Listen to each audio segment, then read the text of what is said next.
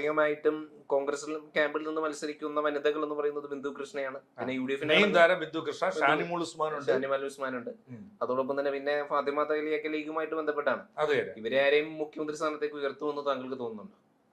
അവരെ ആരെയും മുഖ്യമന്ത്രി സ്ഥാനത്തേക്ക് ഇപ്പൊ കൊണ്ടുവരാൻ പറ്റുമെന്ന് തോന്നുന്നില്ല. കാരണം അതിനേക്കാൾ സീനിയർ ആയിട്ടുള്ള പലരുണ്ട്. അപ്പൊ വനിതകളാരും ഇല്ല.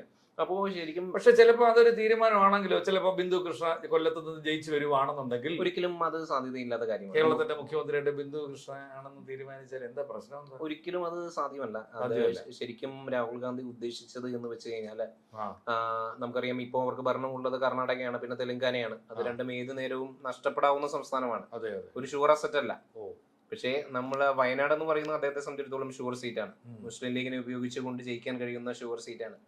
അദ്ദേഹം വയനാട്ടിൽ നിന്ന് പാർലമെന്റിലേക്ക് മത്സരിക്കുകയും പിന്നീട് പ്രിയങ്ക ഗാന്ധിയെ മുഖ്യമന്ത്രി ആക്കുകയും ചെയ്തു കൂടാതെ ഇല്ലല്ലോ. അങ്ങനെ ആക്കിയിട്ടുണ്ടെന്നുണ്ടെങ്കിൽ മുമ്പ് ഇന്ത്യ എങ്ങനെയാണോ അവർ ഭരിച്ചിരുന്നത്, അതുപോലെ ഇനിയിപ്പോ കേരളം ആ ഒരു പാറ്റേണിലേക്ക് വരുത്താൻ കഴിയും. കാരണം ഇന്ത്യയെ ആ ഒരു പാറ്റേണിലേക്ക് വരുത്താൻ ഈ അടുത്തൊന്നും കഴിയുമെന്ന് തോന്നുന്നില്ല, അല്ലെ?